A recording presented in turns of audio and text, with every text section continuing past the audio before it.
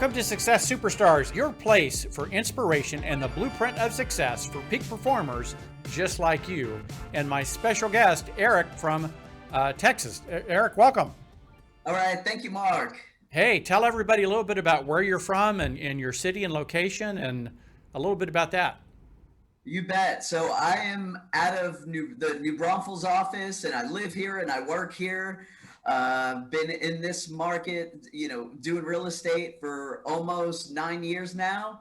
This is where I started, and I'm going to end up finishing here at some point. So There you go. That's it. It doesn't matter how you start, it matters how you finish, right? That's right. And I know that because when I go in your office, I see all your half marathon ribbons all over your office back wall. That's right. I'm working on them. I'm going to put another one up this year. Last year, obviously, couldn't do it, but Yeah. this year I'll put another one up. Not only do I see all your half marathon ribbons, on the other side, I see all your production awards on the wall as well. So we'll talk about that. Now, a lot of people don't know that New Braunfels and that whole area is one of the fastest growing cities and locations in America. It is, Mark. So I would say when I came to the area, there was roughly around 50,000 people. So, and that was probably about 10 years ago when I first really came to the area and started living. And now we are almost at 100,000. We're at 90 plus right now. So we are, it's crazy growth on what's going on out there. And, for being in this business, that's a great thing. It's nearly doubled. So why would someone want to come work with you? Why would they want to pick you? Well, that's a great question. So Did I put you on the spot? I think you did. So some of what it is, Mark, is, and I know the area. I've really entrenched myself into this area. I am not a native Texan. And, to be honest, I never really saw myself when I was in the Army. I never saw myself living in Texas. But I got here and absolutely loved it here. And I'm here for good. So I really just entrenched myself in our area here, learning about it, knowing the different communities, and just try to be a great resource for the folks that I'm working with. So if anything, I think that has really helped me just dive right in. Well, as I've got to know you, you are a hyper local expert, and the portals can never be that hyper local expert. That's your unique advantage. That's right, Mark. There's always got to be a person in there. That's right. Well, and thank you for your service. Mention up the Army vet. You and I share that in common, and thank you for your service. Likewise, Mark. Thank you. Yeah. Well, now, I wish we could show all the awards along the top of your office, because you are a winner. Now, did the military teach you how to have the discipline to win? Have you always had that discipline to be focused on winning and producing customer service results? Or is that something you've developed? Actually, I'll say this: I've developed it. The Army really helped that. As you become a leader in the Army, there's that that thing called purpose, direction, and motivate. Those three things: purpose, direction, and motivation. So once I really bought into that, and basically kind of flipped a switch and allowed me to get outside of myself and just help others, help others grow, help others, become, something bigger than what they currently were at the time, or, help them excel. And once I bought into that, and then obviously you have to buy into it yourself too. Right. You learn different ways to just stay motivated and just stay on top and not let your head get in the way of things. So I think once you can learn all that, then it's game on. Yeah. A lot of it is the biggest barriers is the 6 inches between our two ears, right? That's right. Yeah. That's right. Now, I know you have a very diversified lead generation, from online to referral to a number of ways, but how do you connect all of your different lead generation methods to keep them all straight? Sure. So I use it. I have a CRM that I've been using for years now called Follow Up Boss, which has been a great tool for me.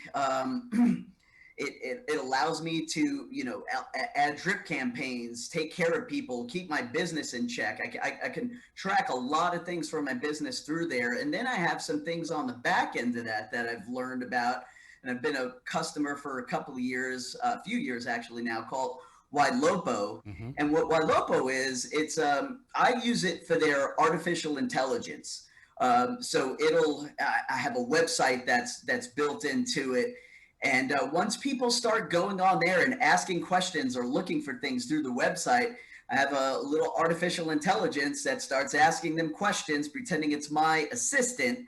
So once I see those conversations going on or see what people's habits are, I'm able to jump in and try to serve them in any way that I can, which is going to help them. So, Yeah. it's worked out well for me. So yes, sir. I love it. And one of the unique things here at JPAR is obviously we have a full suite of tools, KV Core and a number of others, but we don't force any of that down your throat. You're using a different set of tools and having wild success, and we applaud and encourage that. Right. And a lot of other firms, are trying to shove their one solution down your throat, and we just don't do that here. That's right. Yeah, and I appreciate that. Yeah. It really do. Well, if you were to give anyone advice, this is a tough market. Has this been one of the toughest markets you've ever seen? Yeah, absolutely. Absolutely. Especially, I started out basically working with more buyers than working with more buyers than listings. Right. So with that, now, with this low inventory, it's been tough. I've had some success with getting some offers accepted, being in the multiple offer situations. So there's some strategies that I've picked up along the way that have kind of helped with that. But it's tough. It's not easy. I've gotten my butt kicked on a handful at the same time. So yeah. So two questions. One, how have you dealt with that mentally to keep yourself in the game and your clients in the game? So let's talk about that, and then I want to talk about some tactics you've done. How have you kept yourself mentally up from all that disappointment and rejection? Well, I have a coach, and my coach, he broke it down for me like this. He's like, okay, the GOAT, greatest of all time quarterback, arguably Tom Brady. If Tom Brady goes out there and throws an interception, he's going to sit his butt on the bench. He's going to think about it for maybe 5 seconds. Then he's going to forget about it. So I've been doing my best to do that. You know what? Okay, this happened, X happened. No matter what in life, something's going to happen to try to steer you off the rails and take you out of the game. But the best thing to do is take what happened, take that loss, see if you can figure out what you need to do differently, and then just go back at it. Forget about it. Put it in the back of your mind, because you know what? That's over, and you need to focus on getting back in the game and getting on track, getting an offer accepted, or getting somebody under contract. So right. That's what I've been doing, Mark. Yeah. And one of the things we've been doing at JPAR, when this market kind of turned this way, we immediately assembled a panel of all of our best listing agents to share with our agents on what they were looking for from the buyer proposals, right? That's right. And then we got all of our best buyers agents who were getting a high level of acceptance, and they shared their best practices on how they were getting over 60% of their offers accepted. Are there a couple tactics that you've incorporated that get your offer to the top of the pile? You bet. There's several things, and one of the things I think some folks, I don't know, they may miss the boat on from, just talking to other agents, mm-hmm. is call the other agent up and get as much information and be nice about it, because if you're a listing agent and if you have somebody giving you a call, just asking some questions, hey, how can my offer benefit your folks in the best way? They're going to tell you, because they've talked to their sellers. They know what their sellers either need or are looking for. So gather a little bit of information, and then on the other side of that, just be thankful for them. Say, hey, I really appreciate that. I'm looking forward to working with you. And I think that just creates better relationships in real estate. I mean, how many times have you gotten have some agents gotten a call from another agent, and they're just either, complaining about something or being difficult to work with? Who wants to work with that agent? Nobody. No one. Yeah. Yeah, exactly. No one. So just, just be kind, be nice. And then at the same time, that stuff pays back in dividends. It's helped me. Yeah. And Eric, then, what's surprising is when we assembled that panel of listing agents, what you just said, the number one thing came up. If they had 10 offers, they said they only got a call from one, right? And then that one call helped bring that one up in the pile. And so what you're saying has been confirmed by our top listing agents, that just making that phone call, just that one thing. right. There's a number of other things we do too, as well as having it professionally written and all that stuff. But just that personal touch, we forget sometimes, right? Right. You bet. You bet. And that call takes 2 minutes out of your day, and it's worth it. The 2 minutes there just pays off in dividends. And then the other thing, and I think you really have to make sure that your buyers are committed, and counsel them, and then tell them, hey, look, this is an easy road. If you plan on putting an offer in and it's at a list price, and we're looking at 5 other offers, really reconsider how motivated they are to purchase a home at that point. You have to have those tough conversations.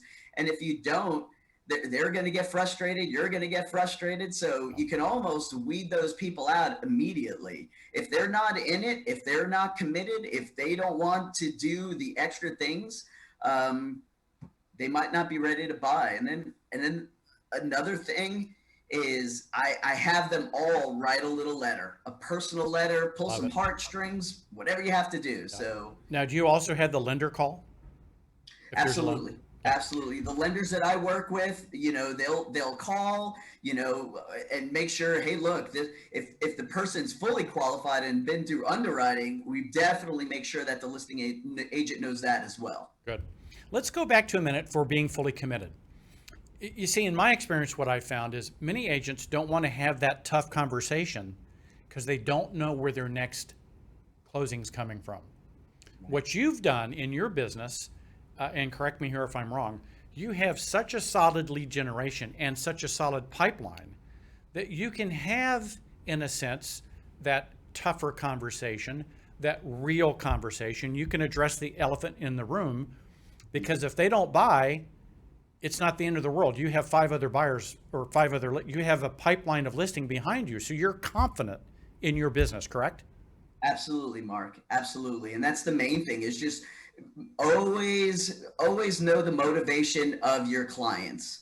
And you have to use that for your benefit, for their benefit, and absolutely. And to get there, though, you have to have the confidence that you have a pipeline of business, that this isn't your only deal. That's right. Yeah. That's right. Now, did you kind of build your business pipeline and your systems through coaching? Has coaching been that effective for you? For me, it has been. Every year since I started coaching. I mean, I'll just say it this way: the first year I was at X, brand new agent. I did fairly well. And then the second year I was like, okay, I did better. The third year I plateaued, and then so I kind of got nervous. And then halfway through the fourth year, just looking at numbers, I've always tracked what I was doing as far as transactions and numbers and that type of thing. I've always done that. But once I saw, it was like 3.5 years in, once I saw that I was plateauing, I was like, okay, there's got to be something different out there. There's got to be a different way. There's got to be a better way. What aren't I doing? So I made a call, and I've been in coaching ever since. Absolutely. Yeah. As a matter of fact, I talked to your coach the other day. I was checking in on you. It was a behind the scenes accountability call. He's great. Yeah, and I got a great report. So, well, as we wrap up, you have a balanced business. You're running some half marathons. You have a family, you're not working 24/7. You're a hard worker like I am, but you also have this balance in your life. Have you done that by developing a consistent line of leads in business? You don't have to go to bed at night worrying where your next deal comes from. Was that by design, or did you fall into that? Now it's by design. Well, I'll say this: I've had to make it that way because just starting out, I was consumed, and I was just, okay, I have to do this. I have to make it. It was like I was basically kind of wanting to burn the boat, Right. burn the ship, so there was no other way. So by design, it eventually needed to be, okay, I'm getting burnt out. I'm doing this, I'm doing this, I'm doing this. And then it's just now I've been fortunate enough to, have, some good repeat clients, some good referrals. So I don't really have to wonder where the new business is coming from. I still prospect and I still look for it, but it's not as much as, I'm not up at night, really worrying. Like I used to be. Yeah, for sure. So what I'd like everyone in the audience to hear is, you don't have to go through that same burnout and breakdown. We have people like Eric and others who will share their pain with you, so you can short circuit the pain and get to your breakthrough faster. Right. You bet. And Mark, anybody can ever, my phone's, on until about 8 o'clock at night, 8:30 at night. And then I just, I need to turn it off at that point. But, if anybody ever wants to reach out and has a question, I mean, I'm an open book. I've got the help when I first started. So I just wanted to always be that resource for anyone that's new or just, needs help. Yeah, well, that's part of our cultures. We love, we love to give back and to help. Now, if someone wants to get you a referral, they're out of state looking for folks that are moving to the San Antonio area. What's the best way to get a hold of you and get a referral to you? Absolutely. Just give me a call. My number is 512-351-1911, or it's eric@themulerogroup.com is my email. But yeah, I'll take great care of anyone's clients, family, friends, no matter who they are. I'll do my best every single time. There we go. That's what I know of you, and congratulations on your success. I can't wait to have you back on another episode, and I'd love to get you back on the Morning Club. Yes, sir. I'll be there, Mark. All right, we'll get you set up. And with that, that's a wrap on this episode. Any last words of wisdom for everybody? Just go out there and find the next one, and have fun too. Have fun. This is a great path to make money. So yeah, have fun. Yeah. Make your calls and have fun. That's right. There you go. All right. Well, that's a wrap for this episode of Success Superstars. Until we see you again next week, may your choices reflect your hopes and not your fears. Take care.